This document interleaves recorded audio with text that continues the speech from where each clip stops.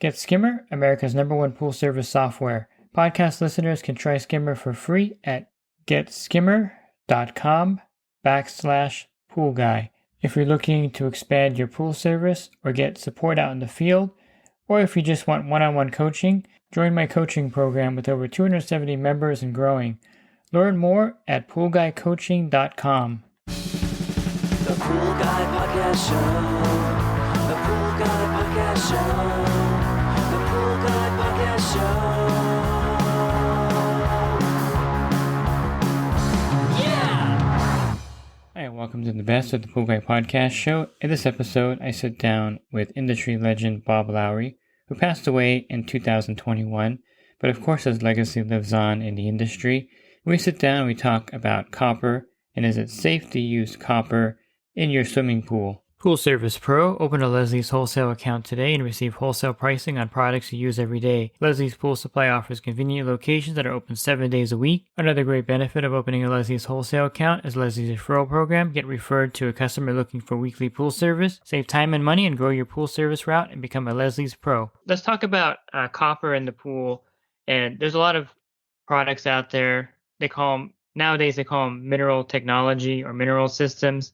I don't know what they would call them back in the older days, but you have things like the Frog, the Nature 2, the Pool RX, and even the solar ionizers that float in the pool and the sun hits the top, and then that also adds copper to the water.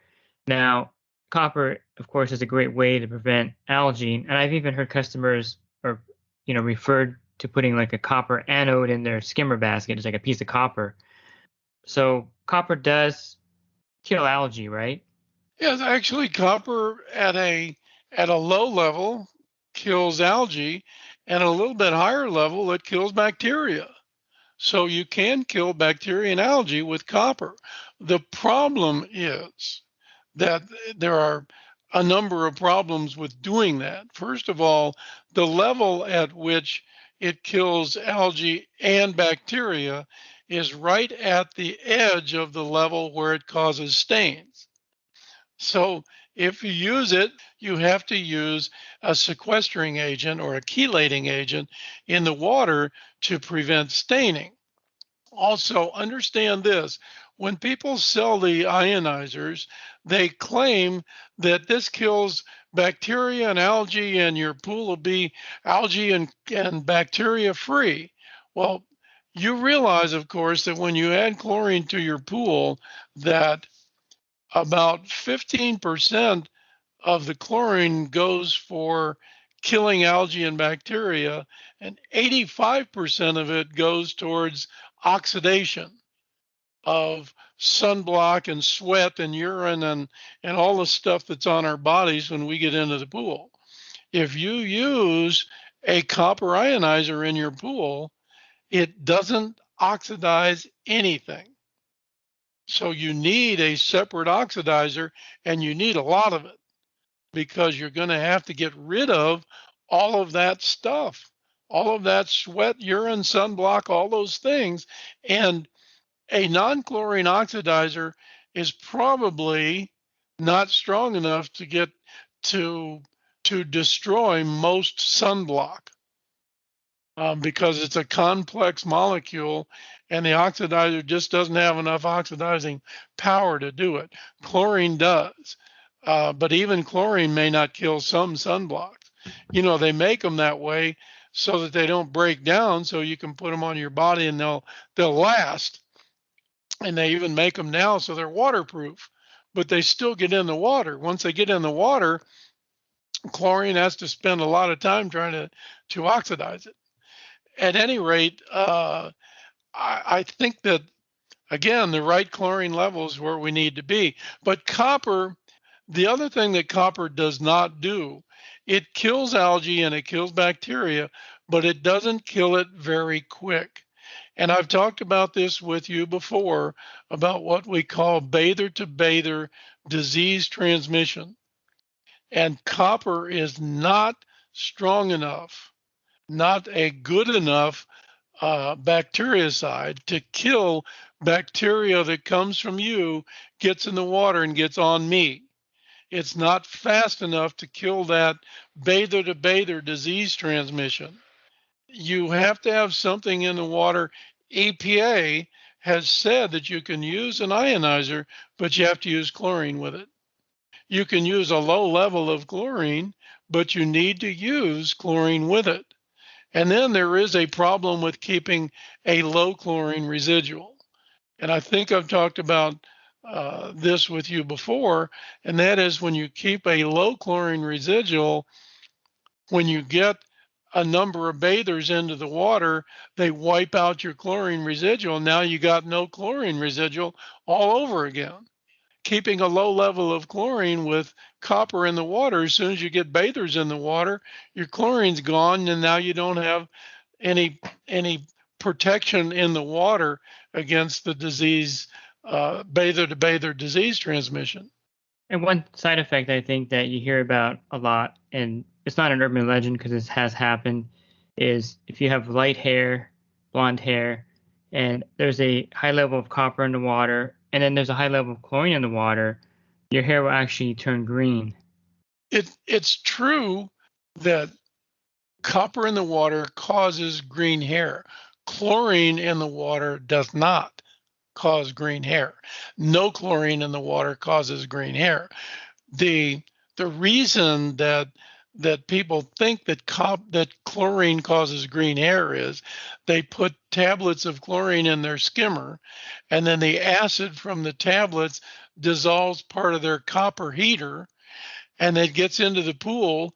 And once the level gets high enough beyond the saturation point, we have copper in the water. You put people in it, and it makes their hair and fingernails green, and it'll make your pool green if you leave it long enough.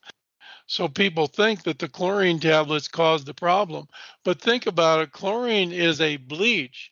It's not a dye. It doesn't make things green. It makes things white. That's why we put it in the washing machine. It makes things white. Chlorine doesn't make anything green. Copper, yes, and copper sulfate is the most common cause. And it actually makes green on everybody's hair.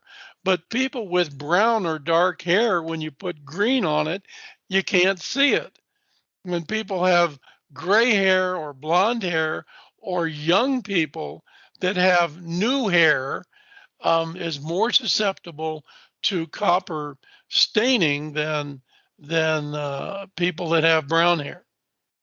And I know we talked about algicides in the past. And what about those that swear by copper algicides? I know they're highly effective, but we mentioned the fact that there's a certain level that will cause staining in the pool.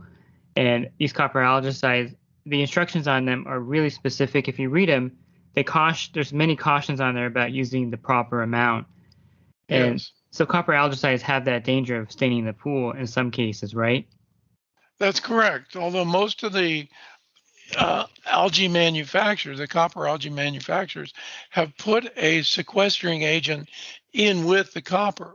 So it's in the bottle when you pour it in your pool, and there's enough sequestering agent to prevent it from causing a stain, at least while you're getting rid of the algae. But understand that a sequestering agent is an organic molecule, and you're putting chlorine and oxidizers into the pool. And there's also sunlight there. So between those three things, they're going to eventually weaken and degrade that organic molecule so it doesn't work anymore. And this is the reason that most of the places that sell sequestering agents tell you need to add them on a regular basis because they are degrading and you need to replace them. If you put an algicide in the water, and if you superchlorinate, you're going to degrade that sequestering agent. So if you do that, you're causing a problem. Even though you think you're doing a good thing, you put in a copper algicide that's got a sequestering agent, and then you put in chlorine, and it destroys the sequestering agent. Now you got a stain in the pool. You need to follow the directions and do what it says. But again, I am a big promoter of using chlorine first. You've already got it on your truck. It's easy, it's cheap. It's cheaper than buying an algicide. You put in 25 parts per million of chlorine, leave it for 24 hours, as we've discussed. Make sure that the 25 ppm is maintained for 24 hours, and you're going to kill most algae. And then you go back to using your pool. And what about copper staining? This is very common. We mentioned low pH causes some copper staining from equipment, and then of course overusing a copper algicide or ionizer. If we were to get to a certain level and stain the plaster or the pool surface, what's the best way to remove the staining of the copper on there besides draining it and acid washing the pool, which is a pretty harsh level?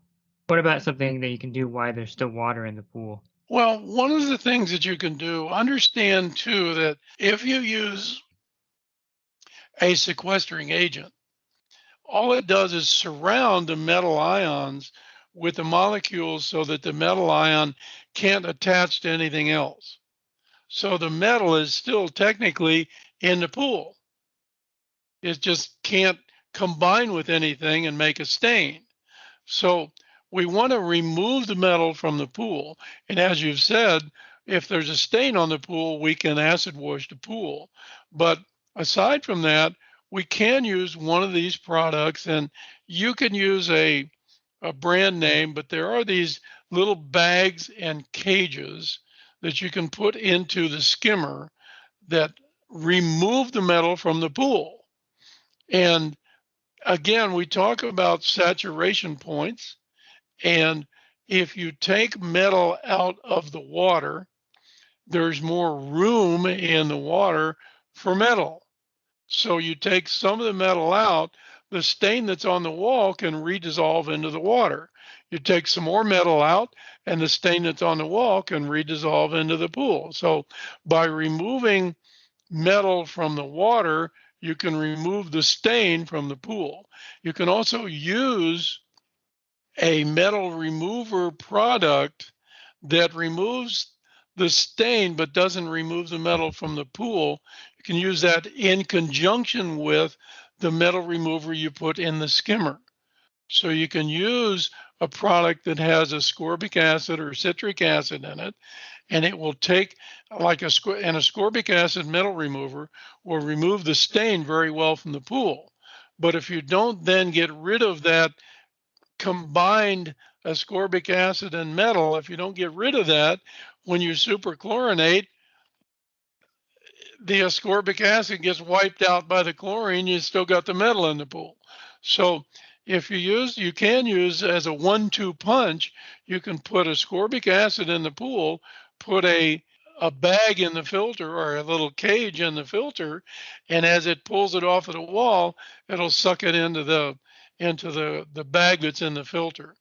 But the bag that's in the filter is going to take perhaps a week or longer for all of the water to go through that little bag that's in the skimmer. Yeah, and I guess we could mention that's a Seator product. We know the people there really well, both of us, and they actually have a kit. You mentioned all the products in their kit. Something that they came out with that's relatively new. Well, it's been on the market for a while, but they're trying to relaunch this kit, and it has the ascorbic acid, it has a bag of citric acid, it has the Seator Ultra 4.0, which is the little baggie that pulls the metal out, and it has their sequestering agent. So that is all in one kit. And you kind of need that, right, for the whole removal without draining and acid washing, as you mentioned. So it's kind of smart of them to put it all in one kit, right? Yeah, they also do have a separate canister type filter that has a cartridge that you put into it that's impregnated with their technology.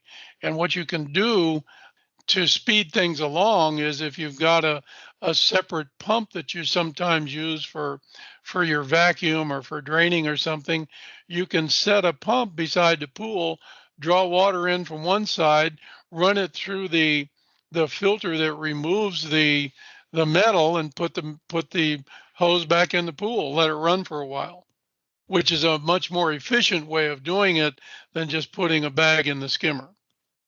You know, once you have the copper staining in the pool, that's when you start to have to also be detective and find out where it's coming from. You just can't eliminate it without finding the source, because then it could come back in the pool. Right. It can be from a number of things. It can be from a copper algicide. It can be from incoming water. It can be from using trichlor tabs in the skimmer. It can be from overfeeding anything that's acidic. It can be from, believe it or not, water velocity. You can be running the water too fast through anything that has metal in it, and it's eroding the metal rather than corroding it.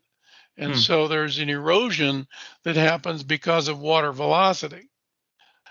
These things are important to understand. Yeah, and I guess one more source that is something that you don't hear about a lot, but we've been finding this to be a problem, is in a brand new Pebble Tech pool, they do a lot of work to get the metals out of the pebbles before they process them. But there's been a lot of cases lately. I don't know if it's because they're having too many orders and because of all the building going on, but there are some of the pebbles that have metal in it, and then in the pool there'll be a spot forming on the bottom, like a rust spot, sometimes as big as a nickel, sometimes smaller, and that's actually the surface of the pool causing the problem. Yes, and it's not too uncommon for certain areas of the country where they mine the pebbles and the rocks to have iron in them. Mm-hmm. And so when the iron sees the light of day and some chlorine, now all of a sudden we get a brown colored stain or a yellow colored stain on the surface, and it's because there was iron in the rock. Yeah, and the remedy is kind of unusual. They actually will go down there or dive down there with a little pick and take that pebble out, which is kind of interesting. Yeah. So metal can get in the pool in all different ways. That's just to say that you have to really figure out where it's coming from. Otherwise, it could be a continuing problem. But I thank you again for all these recordings. I think we covered a gambit today of subjects. And like always, the Pool Pro benefits and the homeowner benefits also from your knowledge. And you know, I try to bring everything down to a level that the guy in the street can understand it. If you're looking for other podcasts that I did with Bob Lowry, simply go to my website, swimmingpoollearning.com. On the banner, click on the podcast icon, and then it'll take you to the podcast website. In the search box, just type in Bob Lowry, and the podcast that I have done with Bob Lowry in the past will appear there. If you're looking for the coaching program that I offer, you can learn more at poolguycoaching.com. Thanks for listening to this podcast. Have a great rest of your week, and God bless.